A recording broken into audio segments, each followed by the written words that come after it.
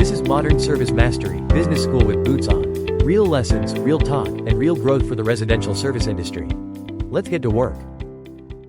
So I think we all know when it comes to setting goals, safety has got to be first. Before hitting any numbers, sales, hours, retention, none of those matter if you're not keeping your team safe on the job. You've got to build a culture where safety is always front of mind. Yeah, because let's be real. If your crew doesn't feel safe out there, everything else just falls apart. I always tell my guys, safety ain't an afterthought, it's part of the work. And it's not just about rules, it's trusting your team to have your back, you know? Absolutely. And once that foundation is in place, that's when you can focus on tracking metrics that align the team with those bigger goals. Let's talk sales first, because if we're not generating revenue, we're just stuck. You've got to monitor those trends. What's working, what's not. Oh, totally. But you've also got to tie sales to effort, right? Like tracking labor efficiency, how many hours the crew is putting in versus what's actually getting done. If we're just throwing time at a problem without proper tracking, it's like spinning our wheels in mud. Exactly. And here's where consistency comes into play. You've got to measure it over time, keep the team in the loop, and adjust when needed. Metrics like retention, both employees and clients, those speak volumes. If your turnover is high, something's broken in your system. And can we talk about client feedback for a sec? Like, that's gold, real-world data from the people we're serving. If customers are saying, hey, this part of your process isn't working for me, that's feedback you don't want to ignore. Same goes for positive stuff. Celebrate when you're doing it right.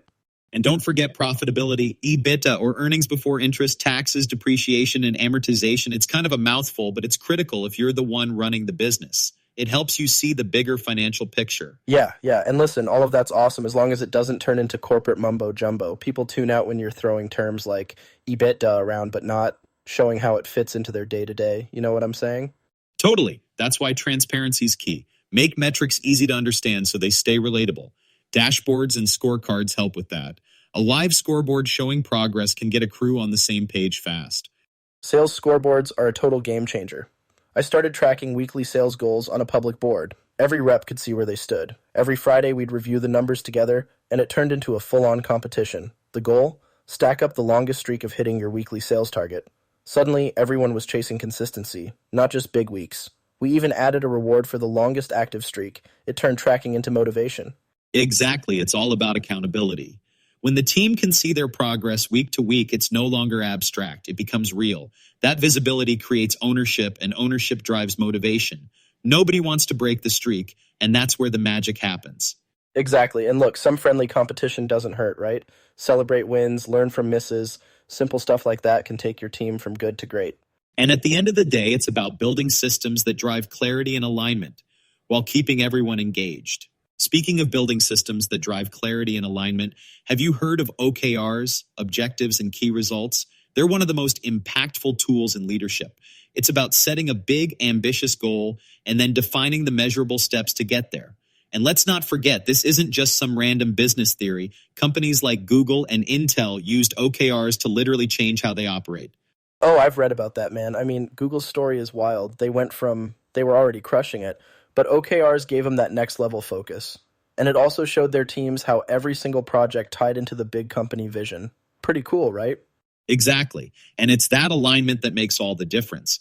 One of the biggest benefits of OKRs is that they're a mix of qualitative and quantitative. So you're aiming high with the objective, and the key results keep you grounded. They're like your progress checkpoints. And those checkpoints, yeah, that's the key. Like on my crew, we set a big objective last fall. Get through 3 cleanup projects in a week with 0 safety incidents and no callbacks.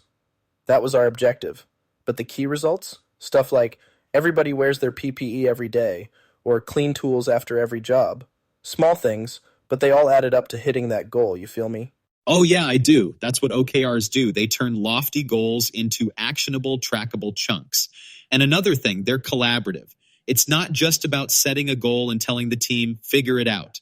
Everyone gets a say. Bottom-up input can shape those key results.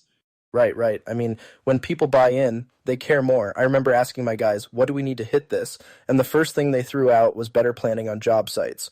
We adjusted and boom, smoother flow, key results hit. It shows you're listening to your team, which builds trust. And when they see those small wins connecting to the big picture, momentum builds naturally. Like at Google, OKRs didn't just drive results, they inspired innovation. Okay, wait. Let me just say, you're 100% spot on about small wins. People love seeing progress. It doesn't have to be fireworks every time. Even those little check marks can be huge for morale. And the beauty of OKRs is they're flexible. Let's say circumstances change mid-project. You can adjust course without losing sight of the overall goal. That adaptability is what keeps teams effective rather than overwhelmed. For sure, you gotta roll with the punches. And hey, one more thing, I love how OKRs simplify tracking. Like, we kept our results visible in the break room, classic dry erase marker style. Kept everyone in the loop, which is half the battle, man. Totally. Transparency and trust. That's what OKRs reinforce. They're more than just numbers on paper. They align teams, keep objectives clear, and foster accountability. Building on that transparency point, tools like scorecards and dashboards take it a step further. They bring clarity to the chaos, giving your team real-time data to stay on track. No guesswork, no waiting weeks to figure things out. And, showing everyone where you stand, right down to the details, keeps everyone aligned and accountable. Oh man, real time is everything. Like last summer, I started using this simple app with my crew. It wasn't fancy, but it showed how we were doing against daily goals. Installs, cleanups, all of it. The guys were hooked, kept checking it more than their Instagram. That's exactly it. When people can see progress, they buy in. It's psychology 101. People want to feel part of something bigger. And it's not just about tracking results, it's about starting conversations. A good dashboard can kick off a discussion like, hey, here's where we're excelling, but here's where we need to tighten the screws. Exactly. And I'm going to tell you, nothing gets the ball rolling like some honest crew feedback. So here's a quick story. True story. We were missing deadlines on mulch jobs. Just dragging. I asked the guys, what's up? And they called me out. They're like, dude, we need better prep in the mornings. Trailers loaded right, equipment good to go. Guess what? We adjusted the system, and boom, the next week, we crushed it. That's a perfect example of blending top-down and bottom-up approaches. You, as the leader, started with a goal, but then your team came in with crucial operational insights. That mix is where the magic happens. Leaders set the vision, teams provide refinement. It's collaboration at its best. Collaboration, man, it's the secret sauce. And listen, scoreboards, they're not just for the office. We had this whiteboard in the truck, kept track of how many lawns we knocked out in a day. By the end of the week, little tally marks turned into bragging rights. It's dumb, but kind of brilliant, right? Hey, it's not dumb at all. It's gamification. And it works because it taps into that competitive drive. Plus, it makes progress visual, immediate, and rewarding.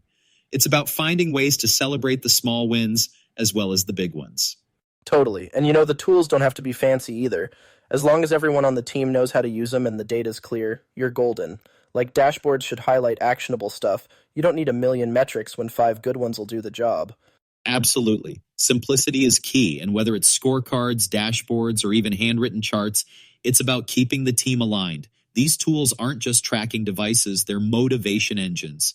Engine, that's a good word for it. You keep the wheels turning when the team sees progress and feels heard. And it builds cohesion, Everyone's rowing in the same direction. And on that note, tools like these aren't just about hitting numbers. They're about building a culture of accountability and shared purpose. When your team feels empowered and connected, that's when you'll see the real breakthroughs. And with that, I think we've covered the bases on tracking success beyond the numbers. Great team, great tools. That's a recipe for winning. Thanks for joining us today. Yeah, and don't forget to keep it simple, keep it fun, and keep those scoreboard markers handy. Until next time, stay safe, stay sharp, and remember, you earned it. Thanks for listening to Modern Service Mastery Business School with Boots On. If this episode helped you lead, grow, or think differently, share it with your crew and keep the momentum going.